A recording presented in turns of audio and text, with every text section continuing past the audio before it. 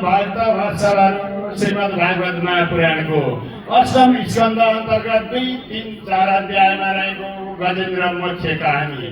गजेन्द्र मोक्ष कथा भक्त वत्सलहरूको यो प्रमाणित कथा हो। परम प्रभु परमेश्वर नारायण भगवानले हरि अवतार धारणा गरेर गजेन्द्रको कसरी मोक्ष गरेका थिए। नारायण हे दैव लीला सुनाउँछु।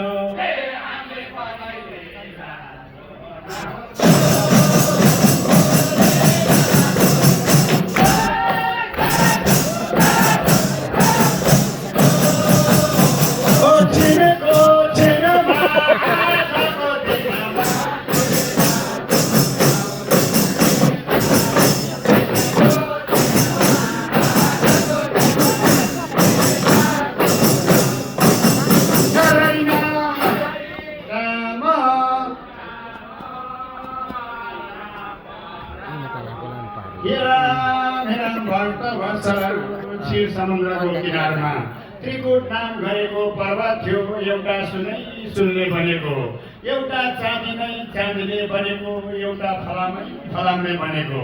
त्यो त्रिकुट पर्वतमा सेतो रङ गरेको हात्ती भक्त वत्सलहरू राज गरेर बसिरहेको थियो। नारायण हे दैव कोही दिन कोही बारेमा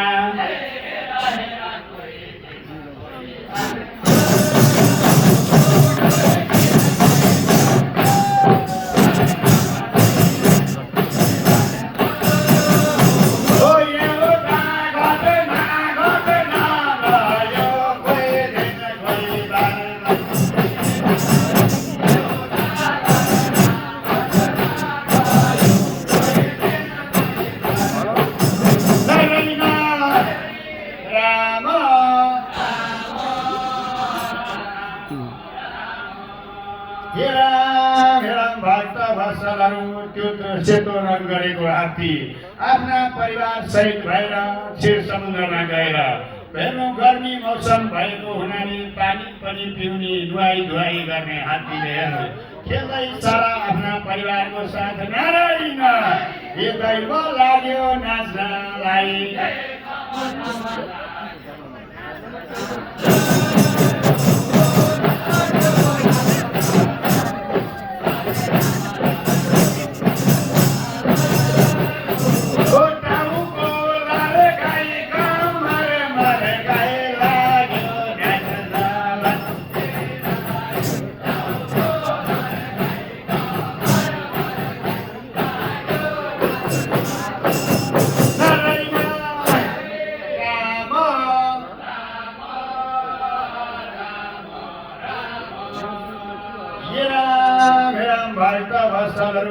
त्यसै बेलामा एउटा घटना घट्यो।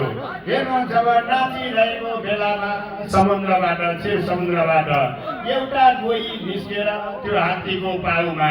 नारायण हे दैव लाग्यो टोक्नलाई।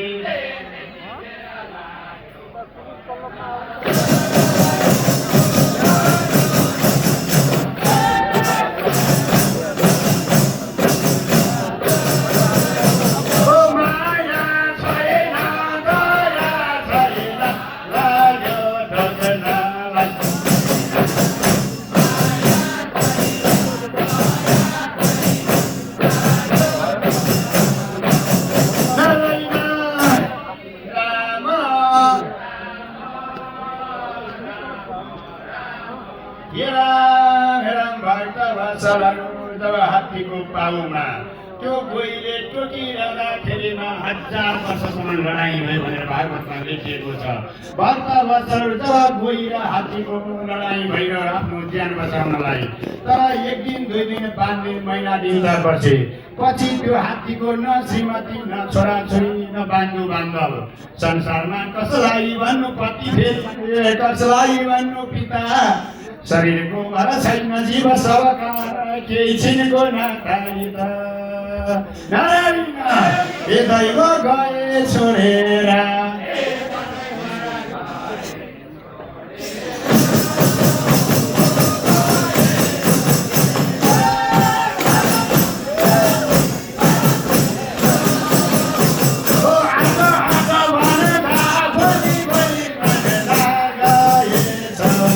Mira.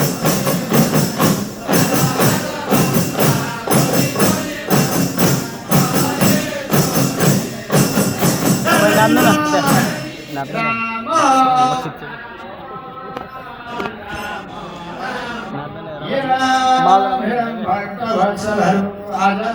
भोलि न श्रीमती आफ्नो साथमा रहे न छोरा छोरी रहे धन र दौलत छोरा र छोरी बेकारको गोरगोटे मर्दानी हुने बाँदानी हुने एउटै छ ढुकुटी नारायण दैव रामलाई नबिर्सौ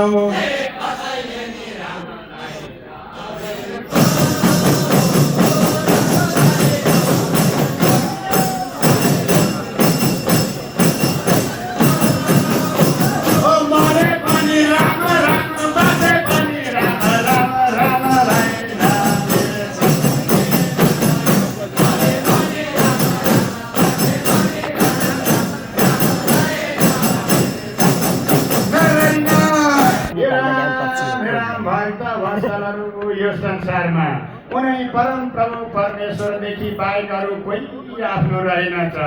यो संसार सारा माया मोह र लोभले ढाकिएको स्वार्थी संसार रहेछ।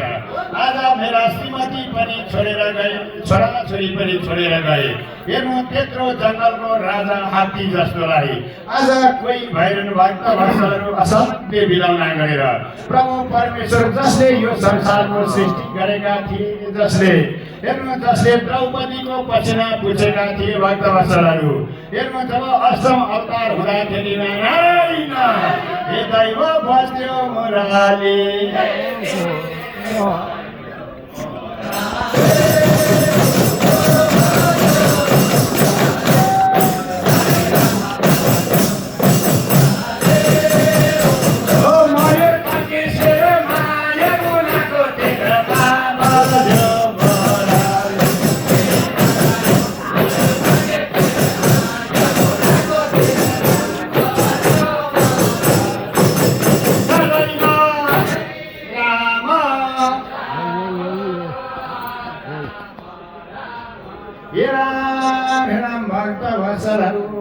प्रभु परमेश्वरदेखि बाहेक अरू कोही रहन्छ। यो संसार त भगवानको खेलौना मात्रै रहेछ। मानिस भन्नुहरू केही होइन, दैवको खेलौना। कसैलाई लाग्छ सुखको होइन, कसैलाई दिलाउना। नारायण हे दैव संसार यस्तै हो।